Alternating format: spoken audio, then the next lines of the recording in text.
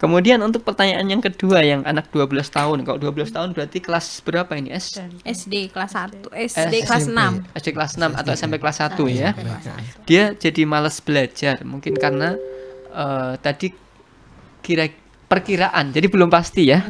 Maksudnya gaya belajarnya. Kembali lagi, gaya belajar ini atau dominasi otak sama gaya belajar ini sebenarnya sebuah kunci untuk membuat anak melejitkan prestasinya. Apapun nanti profesinya, apapun kecerdasannya, kalau memang orang itu tahu dominasi otak sama gaya belajarnya, dia akan lebih mudah untuk bisa menguasai keilmuan itu sendiri. Contoh, bagi orang tua, mungkin si anak ini malas belajar.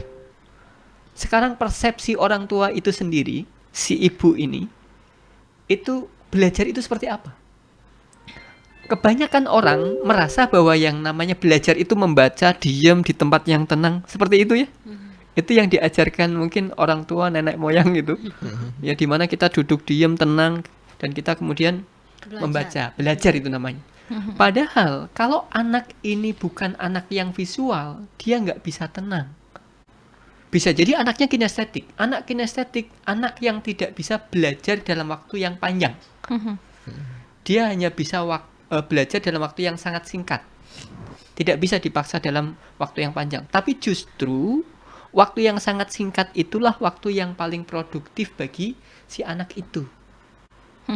Nggak perlu belajar yang panjang sampai berjam-jam, nggak perlu.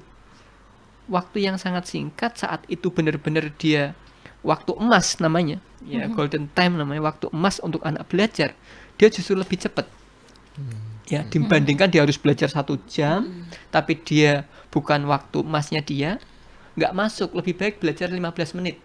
15 menit itu bisa mengalahkan waktu yang 1 jam, bahkan 2 jam maupun 3 jam yang itu bukan waktu yang terbaik bagi dia. Itu anak kinestetik ya. Itu anak kinestetik. Ya. Tapi kalau anak yang auditori, anak auditori itu belajarnya butuh teman. Kalau dia diam di rumah nggak ada teman belajarnya, mending tidur. Sepi ya. Sepi. Berarti apa? Anak-anak auditori itu butuh partner. Saat anak itu sedang ngomong sama orang tuanya nggak nyambung lagi.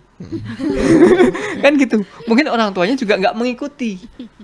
Berarti apa? Anak itu sedang pengen belajar. Oke, pengen belajar sama orang tuanya, diskusi. Karena anak-anak auditori itu belajarnya dengan diskusi. Berarti apa? Saat anak itu mungkin orang tuanya diajak ngobrol, diskusi, sebenarnya itu proses belajar.